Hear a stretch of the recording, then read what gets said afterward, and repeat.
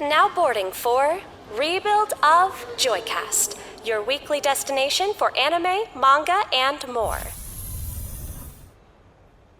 Hello, friends! I am serving as conductor today because it's time to finally have a proper lesson in just what the fuck shoujo actually is. Steena, help! There's no new manga this week besides Chainsaw Man. All our basic-ass shonen manga. Rest easy, I have brought you the most shonen shoujo I possibly could. I bring you One Piece with cross-dressing. Well, from the get, rather. There's plenty of cross-dressing in One Piece. I would say that's just One Piece. Just wait, Val. As you go along, it gets so much crazier. So do we want to just dive into this thing? Just dive right into it. We'll do Chainsaw Man at the end of the hour here. All right. The manga we're gonna be looking at today is called Basara. And it's very vintage. It came out in 1993, is when it started serialization. And it won, actually, the award for, like, Best Shoujo that year. Because it is, in fact, a shoujo, which I think confuses some people. Just because it's, like, it deals with a lot of themes that I think people are like, oh, shonen owns that. If it deals with that, it's a shonen. That is not the case here. But I understand I was also supposed to bring the author's name. Her name is Yumi Tamura. She also worked on a manga called Seven Seeds. These two things are, like, considered her most notable works. They were the longest running. Yeah, I can already see the similarities in the art and everything. Yeah, definitely. The stories are a little similar as well, but I don't want to spoil how. Val, I believe you got through chapter 4, so, in the interest of me not spoiling shit... I'm at the tail end of it. Give us a quick summary of the first couple chapters. Oh, okay then. I kinda gave this to Ivan beforehand, just to prep him, because I know that he has a lot of stuff he's working on this week. But, tell us what you've seen so far. As far as I remember, because I read the first chapter yesterday, and then I read, like, 3 more today, but I got busy because, like you've said yourself, they're quite chunky chapters. They're meaty. This thing is stacked. I want to say it's a monthly manga, and I just want to compliment it was daily. Actually, it's the 90s. You know, they just didn't live their lives back then. This is all she did. She sat in a little room with a little water bottle. The feudal like a lords guinea pig. just like and nothing has the feudal changed. lords just like pelted the peasants with rocks and said, draw manga now." Exactly. And then she wrote a manga about it. And then they went, I like It's a cry this. for help. It's a cry for help. So, okay. At some point in history, Japan has taken this radical course where, like, all the plants die out and shit is just completely fucked. Oh, Fist of the Northstar, like old 90s and late 80s manga do. Yes. Oh, yes, yeah, yes. that's the coolest shit. Have you guys actually seen Fist of the North Star? Yes. It's so fucking cool. No, I only saw Fist of the North Star abridged. Or what is it? Dub of the North Star, I think it was called? Yeah. That is some, like, Dub of the North Star is you're goated. adorable, you're so beautiful. I always remember him singing that. That's like the voice that comes. Give me that. I think he's talking about Lynn. Oh boy, now we gotta kill ya. I like it where Shin, the main villain of the first arc, is like walking in with like the Burger King or like the Big Mac meal on a platter. He like green screened it in and then he like dropped it all on the floor. Yeah. And the guy in the car going, I am so hungry. Anyway, so the territories of Japan, the north, south, east, and west, have been carved out by the 4 sons of the emperor, and 2 children. A child of prophecy has been born, but he has a sister in this little village. They are Tatara, or Tahara? I think it's Tatara. It's Tatara and Tatara and Sarasa. Sasara. Yeah, Sarasa. Tatara and Sarasa. And everyone loves Tatara. And it's not that they hate Sasara or Sarasa or anything like that. It's just that Tatara is just so fucking important. And this obviously leads Sarasa to feel very much neglected She is very neglected. She's upset at the traditions. A woman cannot carry a blade, for example. Tatara gets to do like all this cool shit like horse riding, and he's learning to fight and everything, and everyone absolutely loves him and gives him stuff and everything. She's like, man, fuck this guy. But like she has like kind of, they're not royal at all. They're just in a tiny village. They're not fancy at all. They're like it's like a chieftain. Yes. She has like kind of subjects. She has this blind man who's a prophet who is very much supportive of her and gives her the benefit of the doubt when she feels like neglected. And he's like her rock, which is what I appreciate about that. And you got this more like he's her dad. I'm pretty sure. No, because their dad's dead, oh no, he I said think. me and your mother. He didn't necessarily say they were married. You're right. Continue. Oh. Are you spoiling it for me? No. Remember. I'm just trying to remember how he described their relationship, and I might have misunderstood it. But either way, it doesn't make a difference. But he's like a blind prophet, and he like takes her under his wing and like teaches her thing. She's got more of like a hard ass, but he really cares about her. And one day, on the twins' birthday, the son, Tatara, is gifted a ceremonial sword that is like very important to like their clan and the history of their people. It's been like carried by their leaders for generations, and they're like, oh, it's Tatara's sword now. And at one point, she's just like, I just want to fucking touch it. I just want to touch it. And the father just smacks, just like, fuck off, get the fuck, don't take the blade with your feminine touch and everything. And she's like, just like, filthy girl yeah. hands. Yeah. Yeah. You're gonna get cooties all over it. Don't fucking touch it, Sasara. And she runs into the desert and cries, and she comes across a man on a massive horse, and this is the Red Army, one of the 4 armies of the Emperor's sons, and the Emperor's just like, fuck this guy, this Red Army guy, just like, fucking kill them. Kill her for getting in my way. And all these guys come in with spears, and the hard ass like subject kind of jumps on her, and she's like, get down, and he gets fucking stabbed the hell up. And then a mysterious stranger appears in a blue garb with the fluffiest owl companion. Fluffiest owl companion. No, the best boy is the owl on his shoulder. This owl is so weirdly and inconsistently drawn, and I absolutely fucking love it, Just Steena. this random little ray of sunshine in the middle of this very dark shoujo. I love him. Yeah, he's very literally just cute. out of nowhere, like, sent to Steena, like, 3 different pictures of this owl drawn, like, completely just different. Like, I love him. Yeah, I'm like, this is the best character in the manga so far for me, Steena. Like, obviously, I'd barely gotten anywhere. But he's so cute. And he stands before this girl, like, looking down, is like, oh, you're the child of destiny. And the blind guy's like, no, she's not actually. Her brother's the child of destiny. He's like, my intuition is usually never off. But this character is like, I will take a punishment for this girl's transgression. And this Red King guy slashes one of his eyes out, and this dude doesn't give a fuck. He's just like, yeah, whatever, and moves on. Probably deserved that. Bye, guys. He's like, whatever, just completely moves on at one point. Also, I do like this guy because there's like, and here's the thing about this story. So, I'll get to it in a second, because it's a new thing. I'm like still compartmentalizing everything. That's why I'm a bit messy here. So, years pass.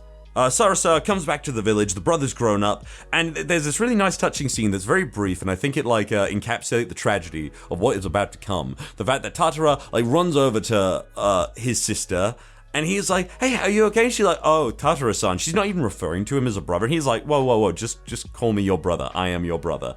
And I'm like, really? And it's like, you're doing a really great job with like, researching how to bring back like the grass to the land and everything. She's trying to like revive the desert and whatnot. And suddenly the village is attacked by the Red Army. And in fact, I missed this bit.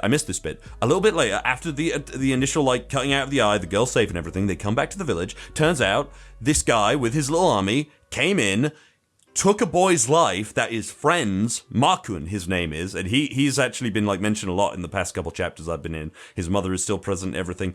He sacrificed himself for Tatara, and they gave them a fake sword. So now, about 3 or 4 years later or so, the army has come back for blood. They're like, we're gonna kill Tatarakun, we know he's fucking still alive, and we're gonna take the real sword, and straight up, we don't even see it. We just, like, have Tatarakun's head, like, cut off, and this general comes out of basement being like, I have claimed his head, I have claimed his sword, and Sarasa, everyone is, like, in complete fucking loss, because the child of destiny has been killed. The person that they have placed all of their hope into, that eventually he will rise up and, like, bring about a new age and a revolution for these people. For everyone, even, across the country, not just this small village.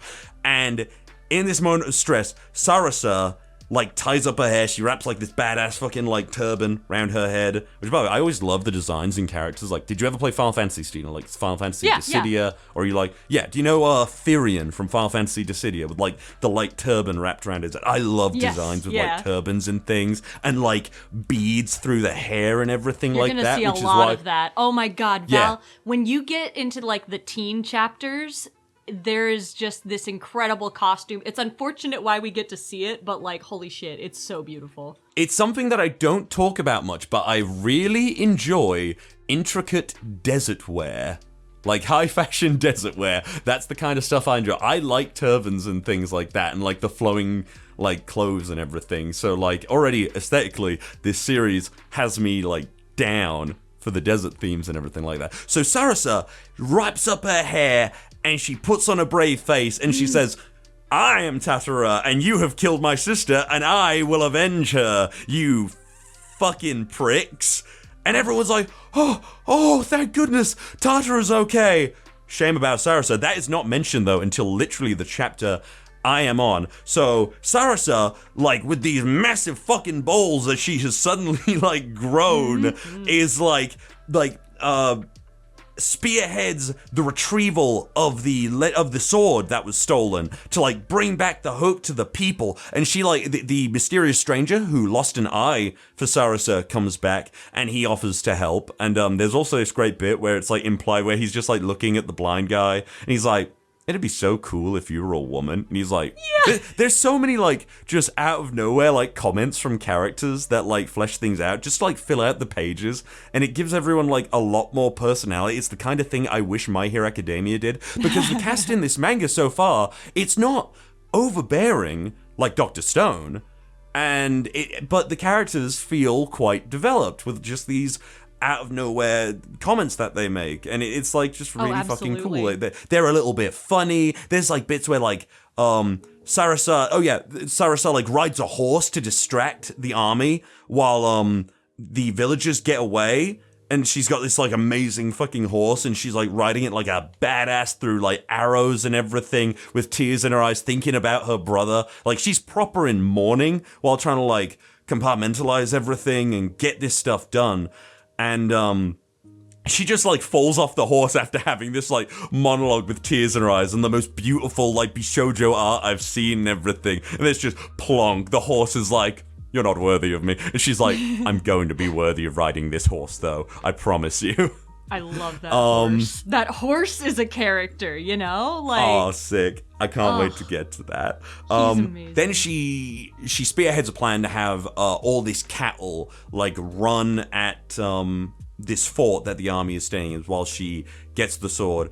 And she gets shot with an arrow. What I love about that plan, I just want to interject because, like, I was so floored by the brilliance of it, because that man, like, that saved her in the desert was like, yo, I'll give you as many men as you want to assault that arena and get your brother's shit back. And she's like, no, I have a better idea. Do you have 1,000 cows that I can just, like, make stampede?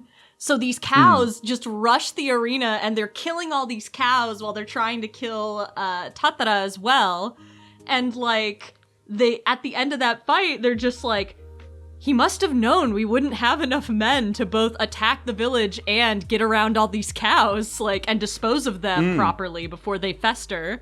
And it's just like, she has it all. She's brave, she's brilliant, like, she's quick thinking, but this is exactly what I'm talking about when I say, like, you can have a girl character who is so feminine and still be a powerful leader, you know? Like, you see it so many times, right? Like there's But so many of those pretty it. crying frames where she is just all in her feels and she's handling it the way we would expect to be very feminine.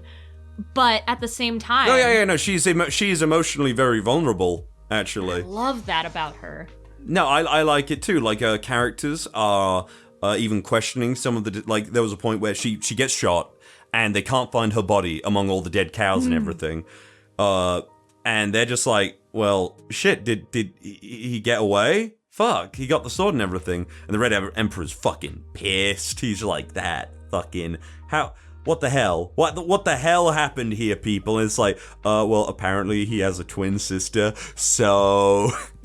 And I actually like the Red King now. I was kind of like interested in we'll get to that. I probably will. I already quite like the male characters and everything in this as well. It's one of those things where I actually feel like, Steena, this gets a lot right on what most modern things nowadays get really wrong, where a lot of things feel the need to like take away or like break down other characters to raise up one, but every character in this feels like they're serving like a good purpose, whether it be emotionally supporting the heroine, like Sarasa, Tatara, but like still getting like so much depth of their own and being like helpful and just it's just the good shit. Well, and this is where it reminds me like a little bit of One Piece, because you're gonna see in a bit, like right now, everyone you've met, you can see their good intentions.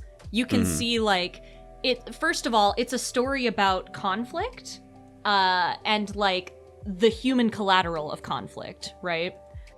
So everyone you meet is like very, very not relatable, like empathetic. You empathize with every single one of these characters in spite of the fact that they're on opposite sides, and that just gets more intense as you go on because you really, really are rooting for. They kind of do feel like separate people sometimes, even though it's all her. Like, you're really rooting for Sarasa because there is a romantic component that comes in, which I won't spoil the content of. But, like, she is in love with someone she can't be with, or falls in love. You see it from. I mean, I've gotten to that bit. Oh, you have? Well, I've gotten to the kiss. Basically, we'll talk about it. It seems, as far as I'm aware, I'm guessing it's going there. It might change, so maybe I'm wrong, but as far as I'm aware, the Red King is the love interest. Is Shuri, yes. Yeah. Where, yes. And he doesn't know that she's Tatara! Like, of course, yeah. It's so incredible. Like, they hide so much of their lives from each other throughout this courtship. And, like, it's just beautiful because the only thing that matters is that they're, like, there for each other. There's this frame later on that breaks me where he's dealing with something as the king and he comes to Sarasa and she's just like, oh my god, like, what's the matter? Are you okay? And he just, like, actually, she didn't even notice until he collapses in her lap. So he's just teasing her as normal and then he just collapses and it's just so beautifully done. Like, oh my god. I've never seen it done like this. I've never seen something have this many things and have it work, you know? It's an epic. It's a fucking this epic, is dude. When you recommended this to me and you said it has a lot of Ranking King vibes, like it's definitely my kind of story in that it has like, because I don't mind romance or anything like that, but it's got a brutal reality to it that I enjoy in my stories. Yes, like it really is like an examination of war and how fucking stupid it is, but also like one of my favorite things about it is the twist it puts on the fucking chosen one bullshit, you know? Like, Sarasa does not believe she's the chosen one. She doesn't believe that. She is acting as Tatara, but like the fates did not determine that she was the child of destiny in her mind. So everything she does and is in everything like for her. Yeah, and everything that the people supporting her do for her, it's kind of this thing where it's like, yes, they're supporting me, but it's because I'm a symbol, not because I have any value of my own. I agree with that. That's actually very relevant to the current point that I'm at. actually. Yeah. Where Markun, the boy who died, and the reason he's quite relevant is because he died to save their symbol of hope, which is Tatara. And there was this nice scene just now, and it's already one of my favorite bits, where Markun's mother, who has been alive this whole time, they come across an old lady in the remnants of where a village was that the Red Army destroyed, called Asahi. And she has laid down all of these little graves made out of rocks of people. And Markun comes up and is like, Tatara, may I please lay down a grave? And I was gonna go, oh, for her son, of course. And it's like, no, I want to lay it down for Sarasa. And I was like, oh. And she turns, Sarasa turns as Tatara with like tears in her eyes, like, oh. And it's like, It's so beautiful. And she even says, I'm truly glad that you're alive, Tatara, but it's a little sad that no one has cried for Sarasa. Yes. And you don't think about it until that moment, you know? Mm-hmm. Like, no, it's like I assumed that it was just one. I kind of assumed that it was one of those things where it's like there was no fucking time to because of the situation. But it's true. Everyone is more like kind of like. It's dire. It's a dire situation, one of those things. But like, yeah, it's absolutely true, and it's so nice that it's being brought up though, because yeah, you do wonder about it, because no one really brought it up as like, oh fuck, and all the main characters know that it's Sarasa putting on like a performance essentially as that, and being her support, the blind man, the hard ass Ging Koji. Her grandfather, another and everything. best boy, Kinkoji. We love him. I like Ginkoji as well. He's the There are hard ass that I so mentioned. many best. This manga is packed with best boys. Not even like best boy semi love triangle interest. Just best boys. So many good boys. You know what? It's kind of relevant to something that came out recently that I'm seeing, and I don't really give a shit about it, but you know, like, everyone's fucking complaining about it on Twitter, we should mention it, and I want to hear Ivan's sweet voice, because he hasn't said anything for he's a been bit. so quiet. I've been a Just good boy listen. today. Give the audience a break. But it reminds me a bit of this Velma show I'm seeing a lot of people talk I about. knew What are you your were gonna guys' want to talk thoughts about on that? Velma today. What you know the fuck what? is Velma? I am happy. I am also happy want to speak- talk about Justin Roiland in a bit. I have so much to say about out of pocket about Velma. I've only seen 10 seconds of trailer footage, and I've seen a fucking enough. I don't know what the fuck this is. I've avoided it somehow. That being Okay, said, I better pull up the Wikipedia page so I know exactly who worked on this, so I'm not being too harsh. So, of what I know about Velma, it is a show starring Mindy Kaling. Yes.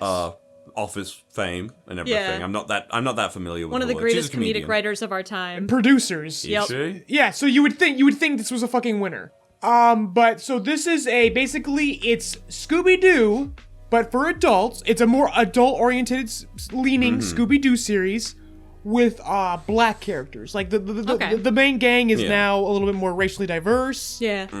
But the show is so fucking pessimistic and fucking like it's so mean-spirited. It fucking hates itself. In what way? It clearly does not even want to be itself. I don't understand what that means. It's just not Scooby Doo. It doesn't. They wouldn't even give them the rights to use the dog. Yeah, like what the fuck? there's no Scooby. It's just Velma. Shaggy is afraid to be a beta male. Like that's a line. Shaggy's afraid to be a beta male of all people? Exactly. Okay, that's like you have fucked up Shaggy. You have fucked up Shaggy. Shaggy is a proud Shaggy is beta. the most. Like, no, straight whoa, up. Whoa! Steena, stop! No, I want to Shaggy like is correct. not a He's beta so male. beta, he's alpha. Exactly. No, That's what I'm Shaggy- saying. He's not. No, he's no, so no. unafraid of looking beta that he is That's true. that's what a sigma is. Yeah. That's what a sigma Yeah. is. Shaggy is a sigma Shaggy kid. is- Sad, like people like try to be Sigma. There is no such thing as a true Sigma other than Shaggy. It's from like Scooby-Doo. being a punk. It's like you can't be punk and call yourself punk. Shaggy has a mental state we should all strive for. He's afraid of shit. He loves to fight. He doesn't give a fuck what people think of him. He's still not gets afraid to fucking admit he's baked. afraid. That's what makes him the fucking bravest, dude. Yeah. Because when he does Best. face it, even if it's He's by fucking- accident. But yeah, this series just completely spits in the face of like what Scooby Doo is. It's Yeah. just so fucking. pessimistic. It sucks. And I'm guessing everyone's like, you're racist. Yeah. It's bait for both sides. It is bait. No. So no one is saying everyone universally hates this. That's good. But it's bait for both. But it's bait for both sides. Because here's the problem: is that one, this is going to bomb. And all those fucking white producers are like, well, I guess we can't make more black shows. Yeah. No more black focused animation, because clearly that's the reason it sucked. Not the fact that the writing is fucking awful. Yeah. But you gotta understand how fucking producers think, Val. They only see the fucking colors on the screen. That's all they fucking see. I would be. Here's the thing. I just think it's a case of like people need to stop fucking around with tried and true formulas of shows that people clearly like. Exactly. Like, here's the first time you have the fucking argument for get your own fucking new IP. Mm-hmm. Because holy fuck. But I want to talk about the other side of this double-sided bait. Whereas the producers are now going to be like, all right, no more black animation. You know what? Let's cancel Craig of the Creek while we're at it. It's doing well, but you know what? This black animation doing well, so we got to kill them all.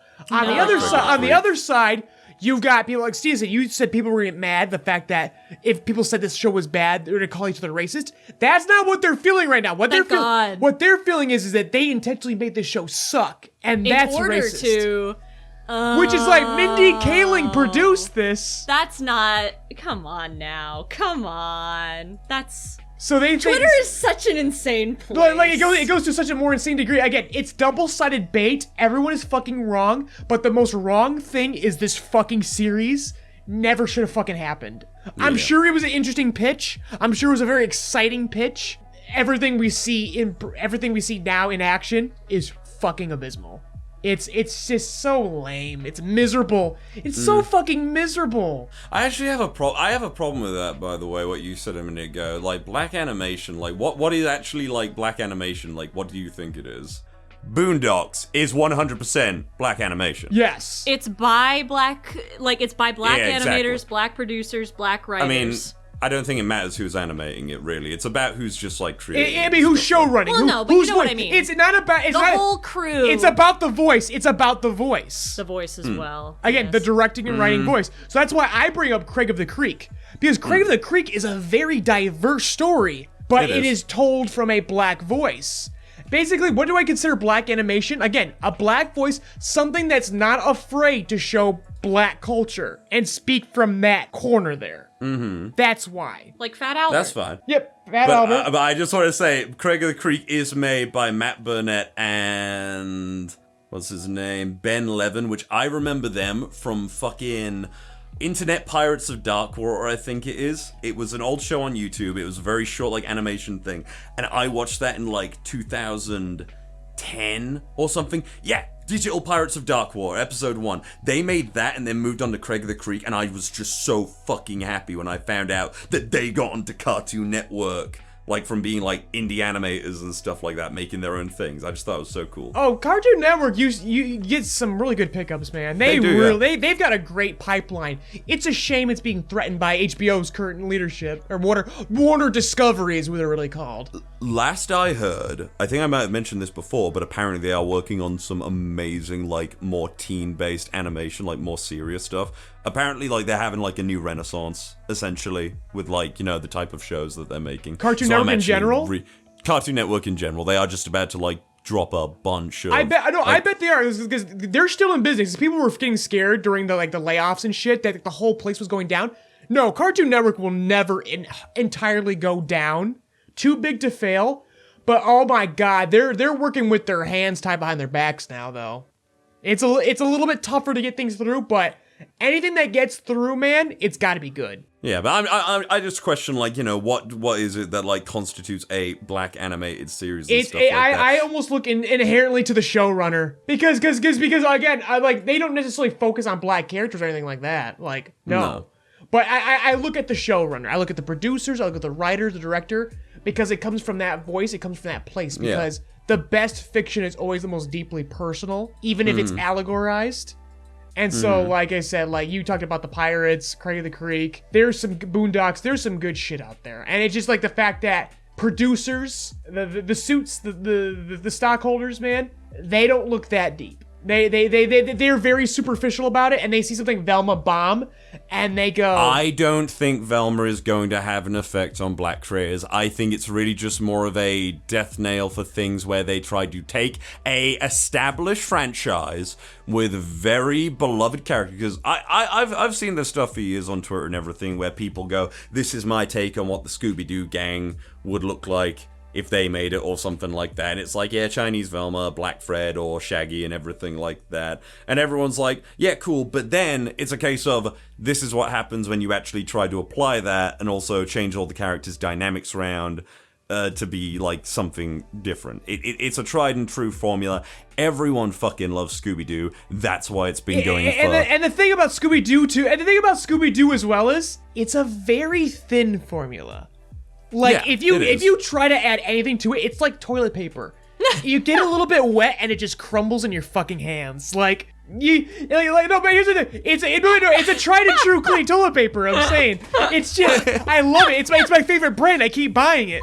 But you can only wipe your ass with it once. I thought you meant it's consistent. No. I thought you were talking about... I know it's a bad analogy, but it's its consistency, man. I was about to say, substance. because they have done a lot with Scooby-Doo. Like, do you remember, I was I think the last thing I was like most like kind of hyped for with Scooby-Doo was when they did a movie to finish off the fucking Scooby-Doo and the 13 Ghosts series. Oh my god, yeah. Do you remember that? And they brought back like the little, I don't know, Dominican boy or wherever the fuck he's from. I don't remember. He's supposed to be like shortstop in Indiana Jones. Yes. Yeah. He was like shots up in Indiana. He like comes back and it's just like, oh, you're just like, hey man, I've been in this museum for like 15 years. Where did you go? It's very reminiscent of. Fuck, I need to get you guys on the Venture Bros, by the way. I watched the season. I know I watched the season of it. Yeah. You gotta go. I never stick with it. What I know is it's it? good. Second season, Ivan, is fucking gold. What is this? The Venture Bros, Steena, is a show. It's a lot of parody on like 70s and 60s cartoons. I think it's Johnny The Boy Quest, Adventure. if they were grown up a little bit. Grown up, and Johnny Quest grew up to be like a 40-year-old man who's very miserable and has PTSD. Yeah. Oh. It's an Adult Swim series. It's very good. Like Is it like Moral Oral? It's really like it's got like a legitimate story. Like it's a comedy, but like it's got a fucking like narrative going on. It sounds like Moral Oral, but better developed. Like, honestly. Oh, I don't know, actually, because Moral Oral is pretty fucking peak stuff. Moral Oral is pretty goated, honestly. Moral Holy Oral is shit, goat as how about fuck, that quite finale? frankly. Oh my god. Oh, yeah. No, I like Moral Oral because, like, it's like, obviously, I love that show because it's like a whole question about, like, faith and everything, but then I binged Oral, the it character... in 2 days. Like, I finished the whole thing. I do not blame you. It's so good. I like the fact that it's like... I'm not a fan of religion, really, organized religion in any capacity. But I like the fact that the end of it, because Oral at the end of the day is the most faithful character to religion. But his whole thing is just like, well, fate is just about how you wield it and everything. It's the person. It's like, I don't know, because like the whole thing with religion is like, you can have like, I saw this video, it was like a black preacher like literally yelling at his followers to be like, why the fuck are you buying McDonald's but not giving me money for donation?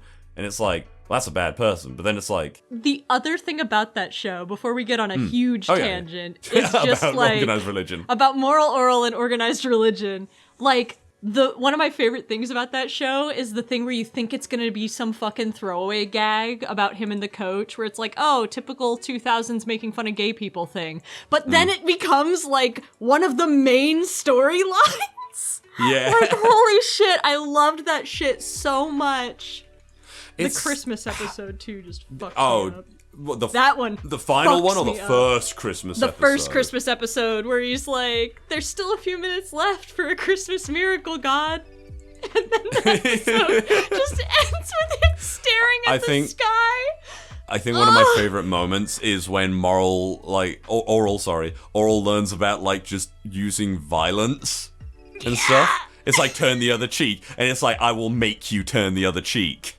or something. I'm just going. He basically come to the conclusion, Ivan, if you've never seen it, that he's just going to beat people into submission when he wants things. This is a So he just claymation series from Adult Yeah, Swim. and he starts like attacking like his friends when he thinks that he's like been threatened in some, like literally someone just has to like ball up their fist at him and he's just like on them and just savagely beats them. He like attacks his mother and his dad, who hates his mother, and like literally takes the time to like watch them for a moment.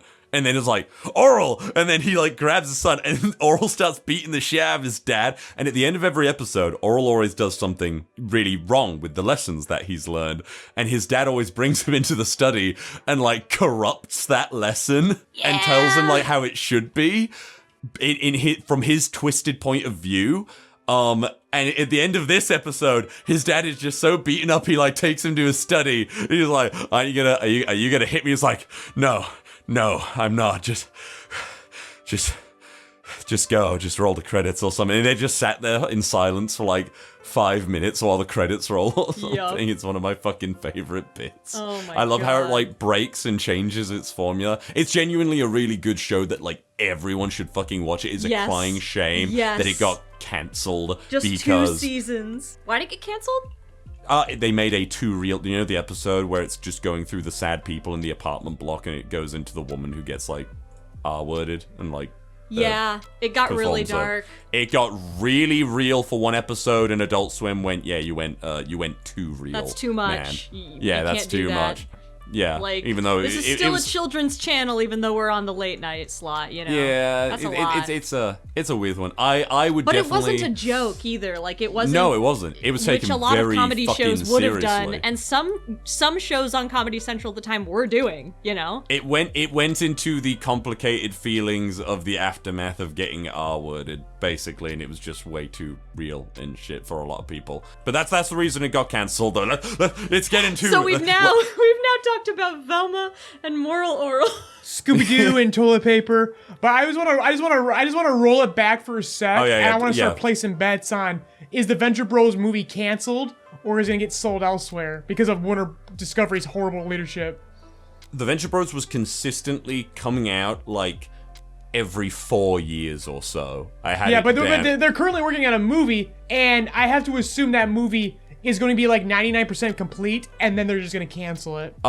No, honestly, like, there was like a lot of like vitriol, I think, at first when the Venture Bros series got cancelled from the fans, because it's been going since about 2003. Yeah, or it's something. been a long runner. It's a long running show. A lot of Adult Swim series are like Aqua Teen Hunger Force, that ended in 2015, and then it got a new movie very recently, actually. And I can only assume. The creators, not the creators, the Adult Swim people even said, we understand that we've hurt you basically to the fandom, and they said everyone has been super nice that has emailed us about the show. Aww. We're giving you a movie. We're giving you a movie to finish it off. The fan base is that wholesome, eh? So I have it's a to good assume fan that base. Broad Street is producing it though. So that in that case, it will get done.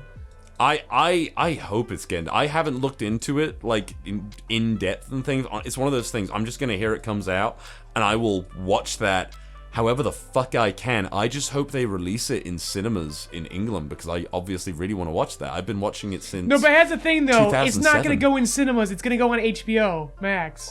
And I that's don't what I'm want talking HBO about. Max. Is going to get canceled because Oh, the joke that everything is getting fucking cancelled. it's not a lately. joke. Yeah, It's yeah. actually happening. Yeah. Want to go back to the Scooby Doo shit? Like half of Looney Tunes is now gone. I'll admit, some of the shows that have been cancelled, I have literally never given a single fuck about.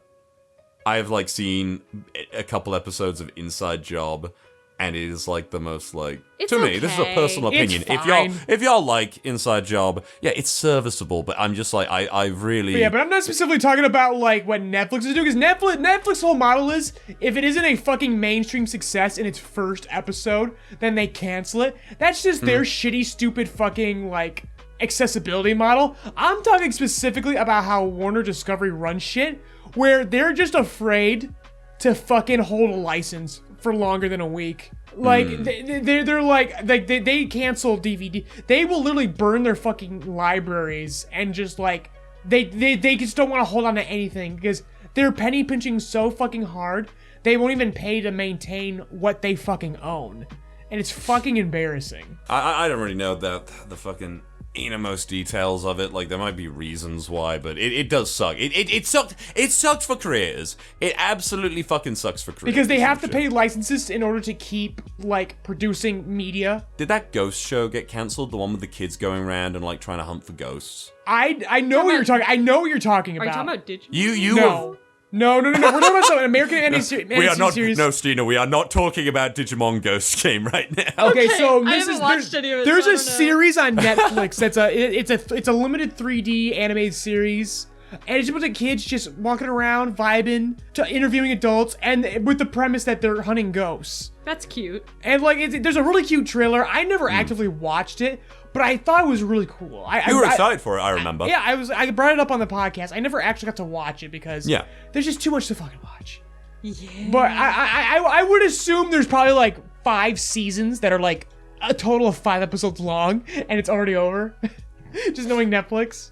Is it just called Ghost Hunting? But it was like 6 episodes, and I literally saw the creator. Otherwise, I noticed that fucking Dragon Prince, they released a 3rd season and never advertised it, and then just like this past month released a whole new series. Like a sequel series. And I'm like, what the fuck? I didn't even know they had the last season. I missed that. And people are wondering what the Dragon Prince is. It's basically, it's produced by Aaron, and written by Aaron Hehaz, who was like one of the main focal writers of Avatar: The Last Airbender. And they unabashedly just reference that show. It's like Avatar: The Last Airbender if it skewed more to young children. But the storytelling is still very good. But yeah, so I just binge watched that recently, and it was solid. I'm still waiting for the new Avatar series coming out, because they've announced a new Avatar series that's gonna be fucking, and their movies are gonna be animated. We already had this discussion where they're gonna be animated by the same people who did Rise of the Teenage Mutant Ninja Turtles, which is gonna be crazy. It's gonna be crazy that it's no longer Studio Mir. I don't know how they're going to adopt styles, but in terms of how it's going to look in motion, it's in good hands. I know that much. But literally the person who made that ghost show, though, was saying how they made like 6 episodes of it, and I feel like I wish I knew what it was fucking called specifically, because I'm typing in like Ghost Hunter cartoon. All I remember is that there was a scene where they just turn the camera and a fucking skateboard kickflips by itself and they start cheering. I'm like, this fucking show rocks. You know what else I watched? You know, because since we're just spilling all the American animation we're watching right now, I watched an episode of Bluey. Because no one will shut the fuck up about Bluey. Dude, I have literally been like seeing clips of that show up in my fucking YouTube. That actually seems like the best children's show ever fucking made. So this is what, because of course, you know, people on Twitter are being assholes, like, why are you watching a fucking children's show? So I watched 1 episode of Bluey, and I've seen all those clips, and I've also just sat there and watched 1 episode by myself. Here is why adults love Bluey. Because it's not a children's show, it's a family show. There are equal amounts child and adult characters, child and adult dialogue, child and adult writing. Like, it's just a family show. It's a 10-minute family sitcom that happens to be about animated Australian shepherds. And it's solid. Like, I watch it like, yeah, this is good. This is not something I want to marathon through. But I can understand why people would put Bluey on in the background and vibe to it. I completely understand. And it's very well made. It seems to be a Disney and a BBC co-production. Like now I wonder why. I was wondering why Disney landed that fucking Doctor Who deal. It's because of fucking Bluey. Nice. They've been clearly working with each other very closely and like each other's company. I gotta say, Bluey seems like a perfection of like, so obviously kids want to watch cartoons and everything, and parents want to spend time with their kids, but they might not want to watch cartoons. But Bluey, from the scenes that I've seen, the stuff that I've specifically seen people talk about, 'cause I haven't like directly watched the show, it just seems like something that they can fucking vibe with. Honestly, it's a very common ground show. Yeah. Like, and that's why, like, even though I thought it was okay as a viewer, I want to like mention that like a show like Bluey is fucking important. It is beautiful. To make a common ground between children and adults, somewhere where they can meet in the middle. I love that. I think some people get the impression that Bluey might be like a bunch of hidden adult jokes in a children's show. Like, I think people go in expecting that, and that's not the case. So if you do check it out, you should. But if you do, don't disappoint yourselves. It's not like that. It's just, it's a meet in the middle kind of show. And I think those are so important. I wish there was more of that. But we are actually running up on time. We should probably bring up Chainsaw Man. Yeah. And any of our audience is still left. I think I might have said it, I can't remember because we talked about so much already. And God, time really flies when we're like doing Hey, by the these way, Bluey's an podcasts. anime. Get fucking mad. Coat more, audience. On the topic of Velma, I really don't think Velma will be a problem for like black creators or anything like that. Again, as I mentioned, I'm not talking about in in general. I'm talking about specifically Warner Discovery. No, yeah. Because things are who very knows? sensitive there right now, and there's already holes in the ship, and so we don't need things tipping any further. And Velma's a tipper, and that's the problem. Yeah, I think I don't know. Yeah, pretty much. Yeah, you're right. Velma's Chainsaw rocking Man, the though, boat unnecessarily. Chainsaw Man. So, yeah. Chainsaw Man. Last time on Chainsaw Man, Denji met a penguin. He He didn't meet last time. He met That's this all week. that happened. This week, Denji met a penguin, and that's the chapter. That's everyone. it. Goodbye, everyone. No. Yeah, nothing else. No, this was an incredible fucking chapter. Yeah. They It was. kind of rushed through the second, that's the part that got me, is they kind of rushed through the second Eternity Devil fight. But for good reason, though, because the material we get after is quite fucking Because this bitch great. is brilliant. That's why. Holy hell. I just, like, Val, did I not tell you that Yoru was gonna fall in love with Denji? You did. Because right now she's like, oh, you're in love with Denji? Haha, you fucking weirdo. And it's like, I don't think Asa is in love with Denji. I think Yoru is. And so Yoru's about to try to turn Denji into a fucking weapon. It's not gonna happen because it has to be Asa who's in love. And it has to have an attachment to something. But we don't know yet. I mean, we'll find out Yeah. next week. She does specifically state it's because I'm sharing it's only possible because I share your brain. But I think, as Yeah, we now learn- she's proving no, it. as we've Or learned through trying Yoru, to. no, That's the thing. As we've learned through Yoru, she speaks out of her ass. So like, I think It's she's that misconstrued. Wojak meme. No, it's that Wojak meme where they've got the calm face mask on, but then behind it they're like crying. It's only possible because I'm No, it's just sharing that your I brain. think Yoru is mistaking mistaking her own feelings for Asa's. That's what I think is happening right now. Yeah.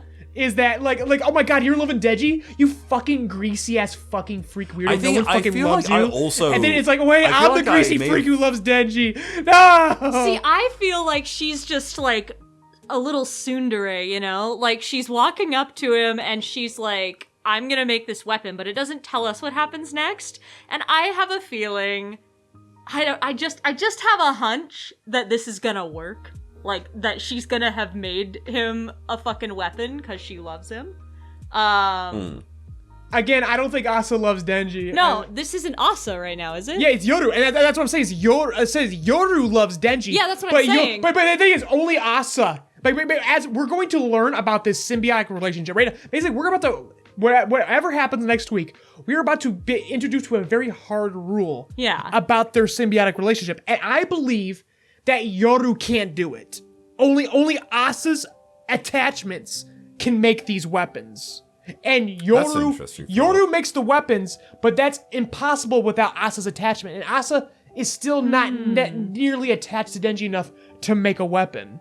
And I'm saying that Yoru is confusing her own feelings for Asa's. Like, Asa's not in love, Yoru is, but Yoru's love can't make the sword. Yes. That's what I think. That's the fucking shit that's gonna happen. Like, next week, nothing's gonna happen, and yours will be like, fuck, fuck, I'm cringe. I thought I found a loophole. So that's what's going I on. was gonna say, I feel like I supported the idea that Yoru could fall in love with Denji and then not want to do it when they find out that it's Chainsaw Man. Well, I think it's just gonna piss Because her that kinda off. comes- I think she's gonna piss her the fuck off. That's what's gonna happen. It's just gonna make a mess. Yeah. Can you turn Also, I love- another devil-like person or whatever into a weapon? So that's what we're about to learn. That's probably what we're. I feel like that'll be the cause more than anything. Yeah, I say, or what's sold to us. Realistically, that's probably what we're actually gonna learn next week. Like, yeah, it just. But they're gonna assume something else. Yeah, Like, but, for but sure. realistically, we're gonna learn that. Yeah, you just can't turn other devils. It has to be a full human. Can we just point out, by the way, that fucking he seems to be drawing Denji more and more attractive. No, what? He's getting prettier. He is. He's Shit, getting you're prettier. right. Look, because No! we're I'm seeing it through the certainly female seeing it. gaze right now. That's why. We never had that before. Yeah. Now, Chainsaw Man Part 2 is through the female gaze.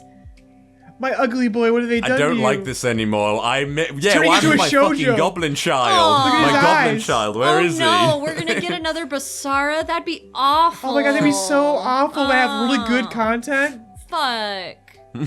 Guess we gotta quit. I'm really digging this. I think I mentioned. Yeah, I mentioned the other day that I've been really enjoying Asa on her own, so I'm worried I'm gonna get like I'm worried I'm gonna get a bit of like whiplash from like Yoru coming back. I know, now. I agree with you, Val. I agree with you. Like, it was nice to have Asa on her own for a little bit and let her come out of her shell. Yeah. But Well, we Yoru didn't still know makes much me about laugh. her before. She was kind of a puppet. I feel like she acts very differently. I mean, obviously she's changed over the course of knowing Yoru, but it's just interesting that we're already seeing that. Like, we're getting right into her arc early, and I like that, because she did not excite me as a protagonist in that first chapter she appeared, I feel like, as much as, like, I don't Yoru know, did. other Because protagonists. Yoru is where it gets hype. I was very interested when Asa first came on the scene. I've said to Ivan a few I times. felt bad and for her, obviously but I you heard hate it. pitying. I I hate think pitying my This protagonists. is the least consistent part of Chainsaw Man. Out of the 10 parts we're going to Oh, get. you don't like pity? Okay, we differ in many ways. Welcome to the HK. I love pitying, maybe slightly despising my protagonists to a degree. I like despising them. I do not like pitying them, because then I'm just watching this poor baby animal get beat up in front of me and I can't do anything to help it, and it makes me sad. The chicken scene, I literally almost threw up. Like, I was just like, oh, like, I My felt... mom could fucking I felt relate such to bad this anxiety, it made me sick. Like... Story about my mom. When my mom was in like primary school, that's what we call grade school. When my mom Yeah. was in primary school, her and her friend were in charge of taking care of the class terrapin, and I think they were in a fucking See, rush terrapin is one the word day. I'm gonna need explained to me. What is that? A terrapin's a It's like a turtle. very small turtle. Is it the one with the stupid little bottle noses? It's a very small turtle. It's Not a like super very small but- turtle, Thanks. Steena. Thank you. Yeah. It's Here, just I a, thought it's you were just gonna look a- up a picture. No. They're like pretty small, but they had like a relatively small terrapin. I'll I look it would up need for my you. mother here to Oh, like okay. properly. I think it is the one with the little snub nose. Yep, actually. it is. They, Oh, they- this they is have just- stripes. No, this is what my brother had when we were growing up. And I believe, like my mom is not a killer or anything like that.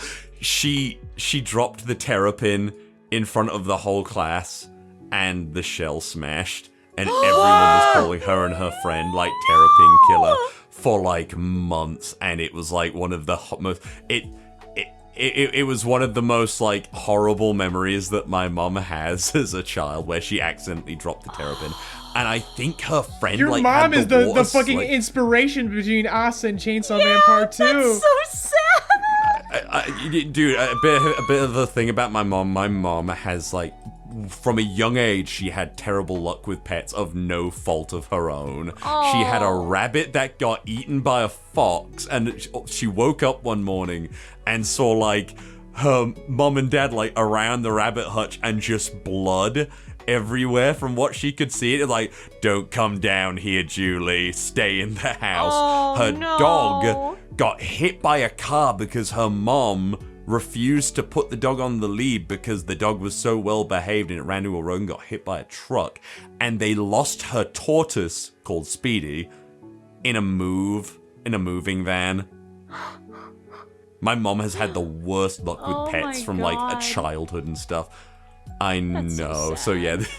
So literally when I first It's the read turtle's like revenge. Like, I've never mentioned it because I've always had like thoughts about, should I really like tell the story about my mom being, as they could put her, the terrapin killer. Yep, Like, as we've learned, you should have kept that to yourself.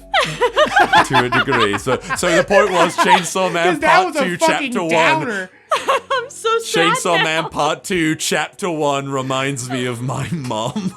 Oh, wow. And now it reminds all of us. Anyone who listened now is now cursed. And now I don't like your mom because I feel so sorry for her. Has now been infected and it's been infected with the idea now of Val's mom fucking dropping a turtle. Oh my fucking god.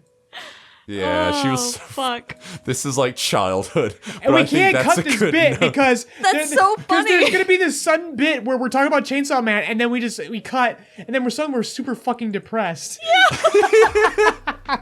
Oh my god! Wow. What a good way to. No, that's a great way to end it. Let's I be like honest. it. Yeah. Yeah, everyone, thanks for fucking listening to this really weird, random episode. But this is what happens when there's no manga to read. Train, we're pulling up to the station, everyone. Take care. Mind the gap as you exit our podcast safely.